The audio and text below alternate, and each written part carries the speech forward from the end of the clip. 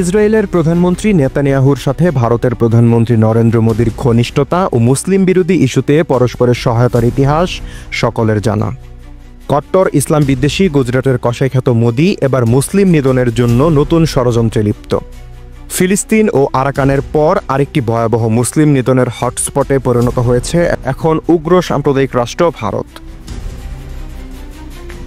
বিশ্লেষকদের মতে ভিকটিম সেজে দখলদার ইসরায়েল যেভাবে ইসলাম বিদ্বেষী তাই কিছু পরশক্তির সহায়তায় ফিলিস্তিনে গণহত্যা ও দমন নিপীড়ন চালাচ্ছে, ঠিক একই মডেলে ভিকটিম হওয়ার নাটক সাজিয়ে মুসলিম নিধনের ষড়যন্ত্রে নেমেছে গুজরাটের কসাই মোদী। সম্প্রতি ভারতে অধিকৃত জম্মু ও কাশ্মীরের জনপ্রিয় পর্যটন স্পট পহেলগাম এলাকায় একটি পর্যটক দলের উপর বন্দুক হামলায় অন্তত ২৬ জন নিহত হয়েছে।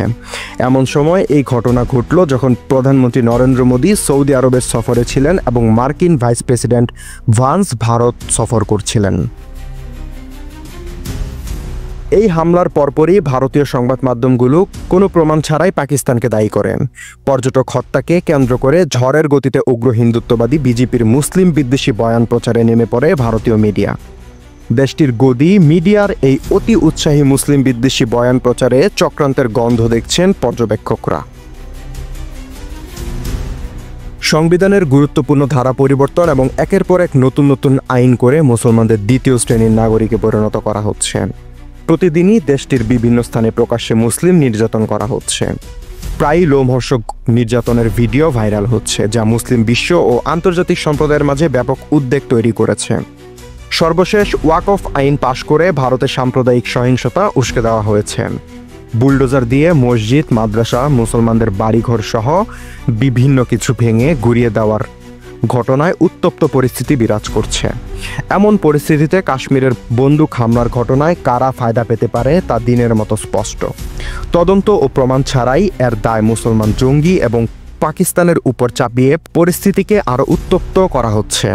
ভারত জুড়ে উগ্র হিন্দুত্ববাদীদের খেপিয়ে তুলে মুসলমানদের কোণঠাসা করতে এবং মুসলিম নিধনের নতুন ক্ষেত্র তৈরি করতে সাম্প্রদায়িক মোদী সরকারের পক্ষে যে কোনো চক্রান্তের পথ বেছে নেওয়াটা খুব স্বাভাবিক বলে মনে করেন অভিজ্ঞজনরা। ইতিমধ্যে এই হামলা নিয়ে পাকিস্তানের সংবাদ মাধ্যম RY নিউজের প্রতিবেদনে দাবি করেছেন এটি একটি ফলস ফ্ল্যাগ বা সাজানো হামলা হতে পারে। ভারত পাকিস্তানকে ফাঁসাতে এই হামলা চালিয়েছে বলে উল্লেখ করা হয় প্রতিবেদনে। এদিকে আবার ইসরায়েলি প্রধানমন্ত্রী বেনিয়ামিন নেতানিয়াহু এটিকে বর্বরোচিত আক্রমণ বলে অভিহিত করেছেন এবং বলেছেন তিনি চরমপন্থার বিরুদ্ধে লড়াইয়ে ভারতের পাশে থাকবেন।